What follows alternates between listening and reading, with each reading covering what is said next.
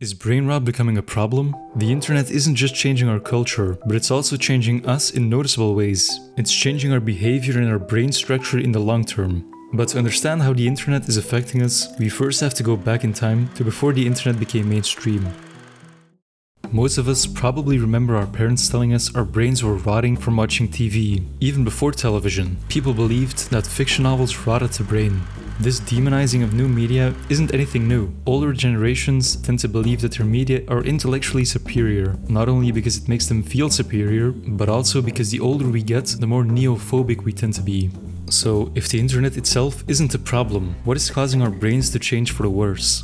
The problem lies with the type of content the internet encourages. There is a clear downwards trend in content duration and an upwards trend in sensationalism when comparing books to television to the internet. It's this growing stream of hyperstimulation that's causing the brain rot as we know it today. Before we can fully understand the cognitive effects of this hyperstimulating environment, we first have to know why it's so hard to put our phones down. Although there are some big differences between drugs and social media, there are two very striking similarities that make it so addictive. The first one is self-numbing properties. Apps like TikTok have the ability to numb any negative emotions you might feel. By flooding your brain with information, you're unable to think about anything else, stopping negative thoughts from popping up.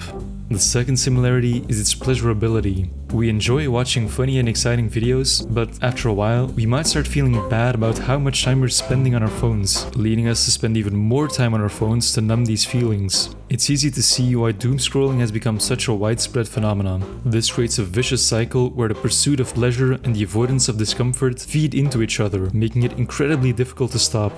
Now that we've covered where the problem lies, it's time to look at the real effects the internet has on our brains. There are three main effects ordered from least concerning behavioral changes to the most concerning neurological changes.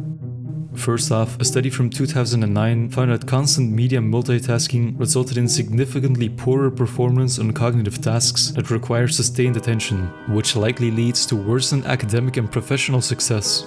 Secondly, a study from 2017 found that unsurprisingly, social media use is linked to feelings of increased inadequacy and anxiety, particularly among young people. The negative influence primarily seems to stem from superficial, short-form platforms like Instagram. Interestingly enough, young people considered YouTube to have a net positive effect on their mental health. Note that TikTok isn't mentioned since it didn't gain traction until 2 years after this study was published.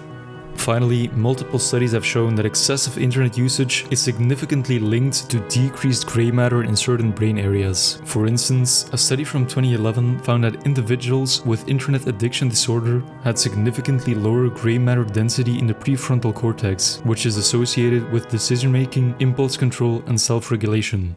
Although these findings are concerning, the dose always makes the poison. As long as these media aren't negatively influencing your life, you probably have nothing to worry about.